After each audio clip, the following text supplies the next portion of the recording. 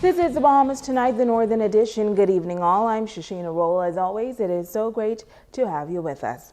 Topping news: after months of preparations and extensive promotions, the Bahamas Junkanoo Carnival was officially launched on Grand Bahama this past Friday. The two-day event was billed as a weekend of culture, fun, and excitement, and from all accounts, spectators were not disappointed. Tonight, those tasked with pulling off the mega show is thanking the Grand Bahama community for making this event a success. They call themselves the Dream Team, and after weeks of hard work, detailed planning, and lots of sleepless nights, they're pleased that the kickoff to the Bahamas Junkanoo Carnival has been a smashing success. Ginger Moxie leading the charge on Grand Bahama, she says she bought into the Prime Minister's vision, and with the right people on the team, they made it happen. I got what he envisioned for it, as far as it being about community and being about culture. And I think that for Grand Bahama Island, because this is exactly what we wanted for our community, we were able to embrace it in that way. But he supported. I knew that he was supposed to travel the next day. He came on Friday, stayed the whole time, did the midnight rush, and he was supposed to leave on Saturday. But he stayed over for the entire time because, you know, it was just so, I think, satisfying because he was seeing his vision come to fruition. Spokesperson for the Grand Bahama Carnival kickoff, Yolanda Hanna, says this has been an overwhelming experience, but makes one thing clear. What we experienced on the 17th and 18th was the kickoff to Bahamas Junkanoo Carnival presented by BTC. It was not Junkanoo Carnival. I've heard a lot of feedback. Persons have had different responses as to what, different responses and opinions. It was not Junkanoo Carnival. The highlight of Friday and Saturday night was the Music Masters semi-finalist concert. Day 1 and day 2, giving those musicians that platform, showcasing them, giving them an opportunity to be seen as authentic Bahamian entertainers. That was the focus. And then celebrating entertainment, arts, culture, and of course Junkanoo. ASP Clarence Brackley says there were no reported incidents as thousands of persons filled Tano Beach to take in the historic carnival festivity. On Friday night, we estimate the crowd to be in the vicinity of 10,000, and on Saturday, double.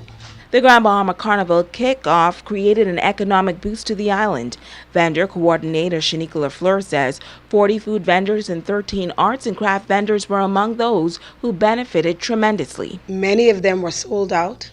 We had a lot of our vendors that did on-site cooking, and they were so excited. They were so busy. I just passed by several booths, and they could hardly lift their heads where they were so excited with the movement of the people. Moxie says without a doubt there has been a significant impact.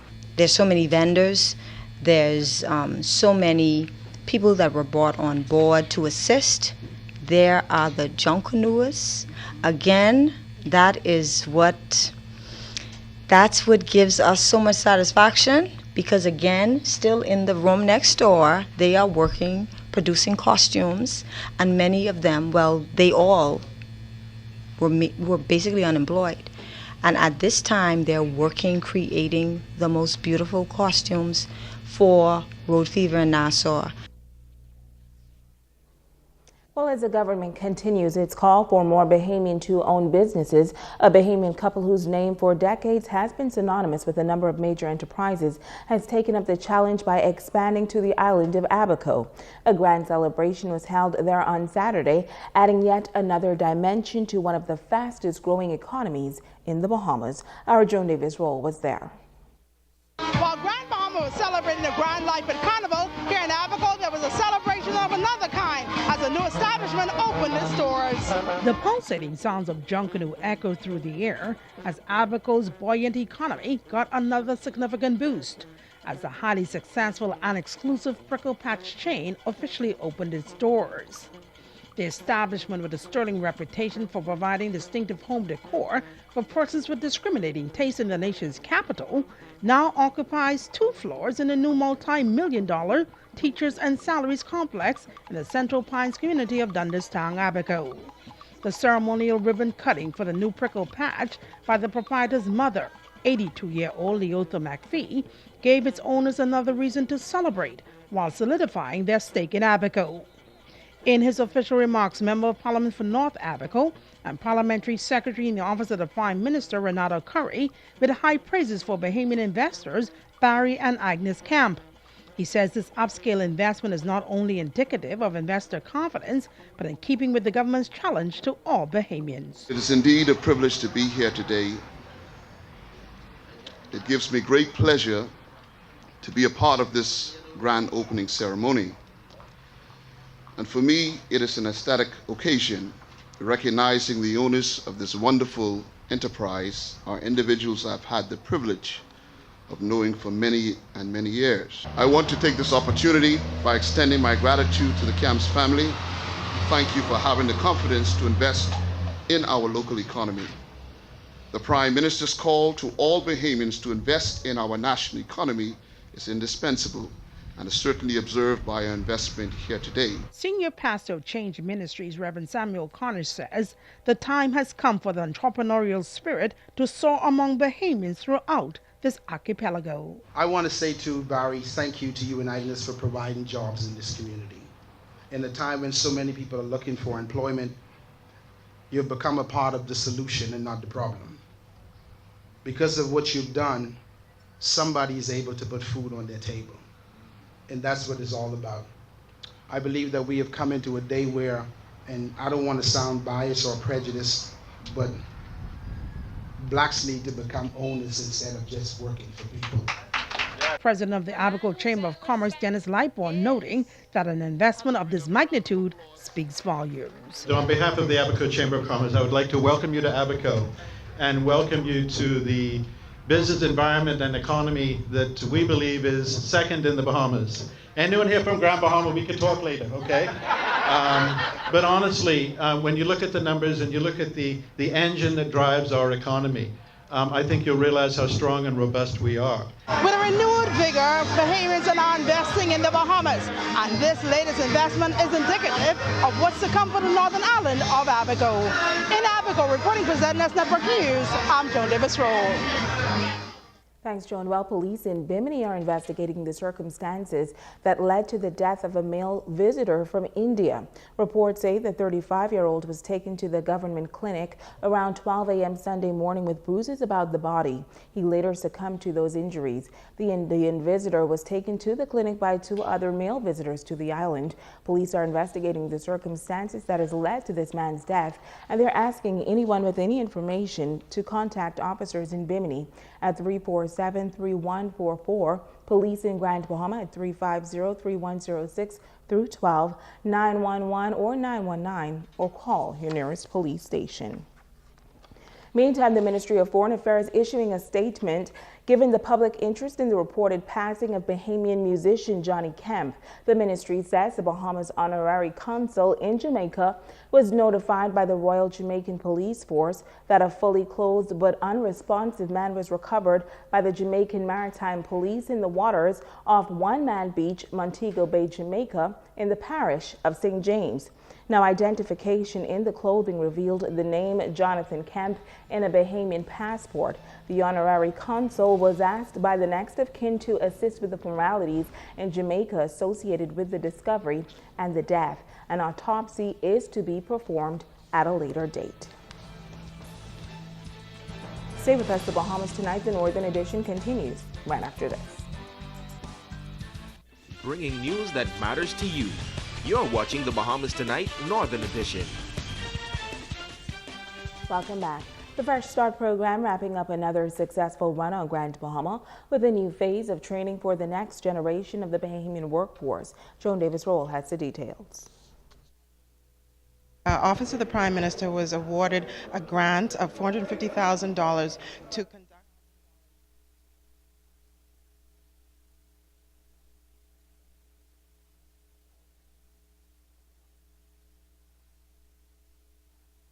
Well, we do apologize for that technical glitch. We'll have that story coming up in another newscast. Well, two sensitive topics were the focus of discussion during the first annual Biggie Fest on Grand Bahama. Students who attended heard about the effects of bullying and a first-hand testimony from a woman who claims she was delivered from homosexuality.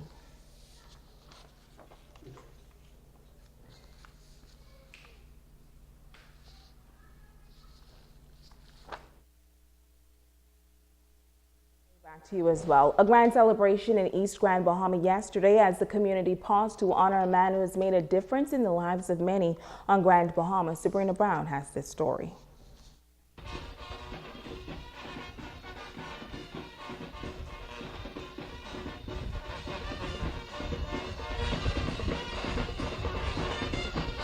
Out of the ashes we rise, there's no one like you.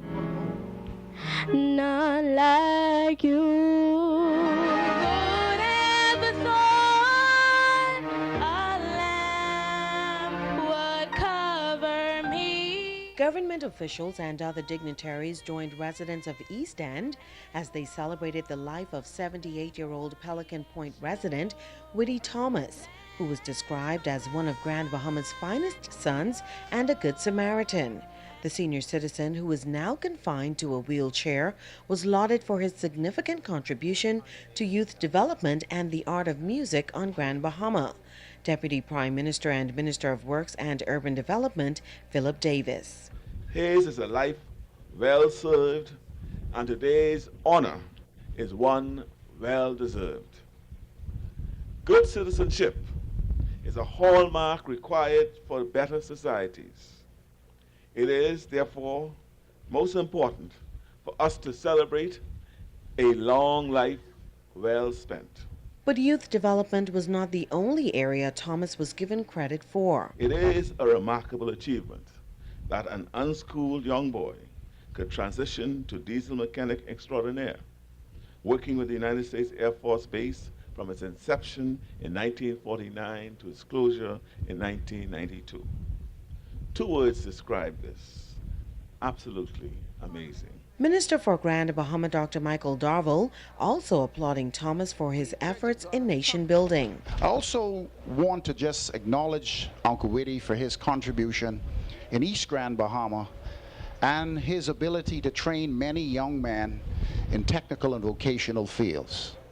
You know, what I realize is that in the old days, there was a lot of young men and women who had all of the academic acumen and abilities but never had the opportunity for further education. If we were to rewrite history, and if we were to place those opportunities in their way, we would have realized that the academic excellence that some of our young people have accomplished today would have also been done in the past. Sabrina Brown, ZNS Network News. Well, it's time to ask the doctor. Here is Dr. Monique Pratt. I'm Dr. Monique Pratt. Donald from Freeport inquired, do I really need a pneumonia vaccine? Donald, your question about the pneumonia vaccine is not an unusual one, but one that can only be answered if several factors are taken into consideration. Every vaccination has some small risk of side effects, and you and your doctor should weigh the possible risks versus the benefits of the vaccination. The pneumonia vaccine is given to prevent illness caused by the Streptococcus pneumonia bacteria.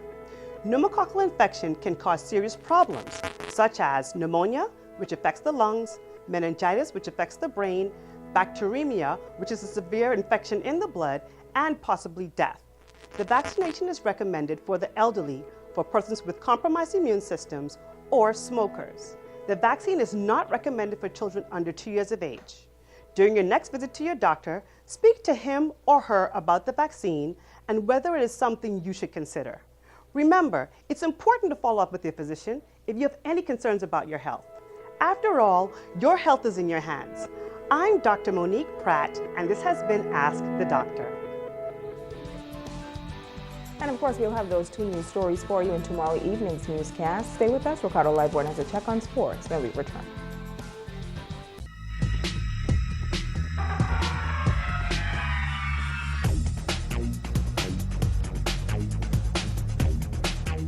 Everybody, and welcome to Sports and Mercado Live. And this one goes out to Hansel and Darnell King. They're celebrating 49 years tonight. And also Ramon and Linda Lightbourne also trying to catch up. And Barbara Thompson, you know her. She's at a Freeport Primary. She, too, having a good one. The BTC Bunny Lavardi Bahamas Basketball Federation National Tournament played in Bimini. And what a conclusion to a super tournament. Let me take you to Bimini in the Gateway Arena. The Division II series between the Coca-Cola Saints and the Bimini Marlins was a sweep for the Grand Bahama Saints. The Marlins playing in front of the home crowd, a play to the final buzzer. But Game 4 was taken by Coca-Cola Saints and a statement. There was some Marlin highlights. This one was from Baileytown. Here's one for the records. The inbound by the Marlins and the finish, 83-35 Coca-Cola final. Congrats to Coca-Cola Saints, the Division II champs, and Bimini Marlins had to finish with a second place. In the Division I finals, it featured the PJ Stingers and the BNB Galaxy Pumpers. The Pumpers got off first. Amado Hepburn found the range, and that's the tray. BNB ball, inside pass to Jabbar Lightbourne, and the finish for the deuce. The Stingers then went to work. Watch the baseline move by Daniel Bullard and the foul. 25-22 Stingers now after one. And BTC, Bunny Lavardi, everybody won. The Pumpers now looking for a game plan to slow the Stingers, and the Stingers, on the other hand, they've got the momentum. Well, that carried over to the second period. Abel Joseph for 3 of his 26 points. Amado Hepburn stuck with it and found some spacing down at the break, 47-36.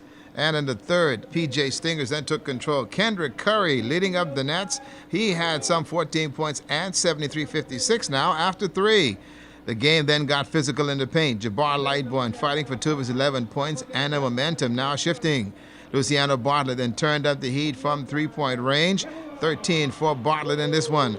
Tomasio Dames got the memo, take control of the ball game, and he replied. Tomasio had it going in the paint and working on a 26-point performance, 80-76 with 2:53 to play. It's that momentum that shift big time for BNB. Trico Dames with the putback. Then Stephen Burrows going to the hoop. He will get blocked, but the favorable bounce to Amado Hepburn. Motto from Settler's Way. That's good, and guess what? Gateway simply erupted. 85-84 Pumpers now up and just ticks on the clock. The Stingers ball in the inbound pass. A bad one to Tomasio. They received it and won it 85-84, a final. What a finish for the Nationals in Bimini. A tough loss for the PJ Stingers at the Nationals. The tournament MVP, that's Tomasio Dames. For the Galaxy team, well, a national title, and it's back in Grand Bahama. It feels great knowing that that's the A1 team Nassau got, and to come back from down 16, 18 points in the fourth quarter, it feels good to overcome. Congrats to the BNB Galaxy Pumpers, the BBF Division I champions. Let me tell you, the PJ Stingers also control the game for the much part as far as stats is concerned, the game, and they lost by 1. Coach Ventroy Boleg said that the loss was a tough pill to swallow, but the Stingers will be back. We really was wounded this year. Although we won the championship at the NPB in Nassau, we still had an opportunity to win it all and over here, but we blew the game, and we just a lot of turnovers. That's all it was. Well, I know I watch your expression after this one that this has been total disappointment, or should I say a total team meltdown to some extent? It wasn't really a big disappointment. You know. Fellas, they played the best of their ability, and I think we had the game. I know we could have won the game, through injuries, but it's no excuse. A loss is a loss, but I guarantee next year we will be back here. We got to say a special thank you to the ladies at Gateway Academy down there. They treated us exceptionally well. Also Robbie over there at Big Game, and also Ebby, the Bonefish Man. Thank you guys for all the hospitality. That's your look at sports tonight.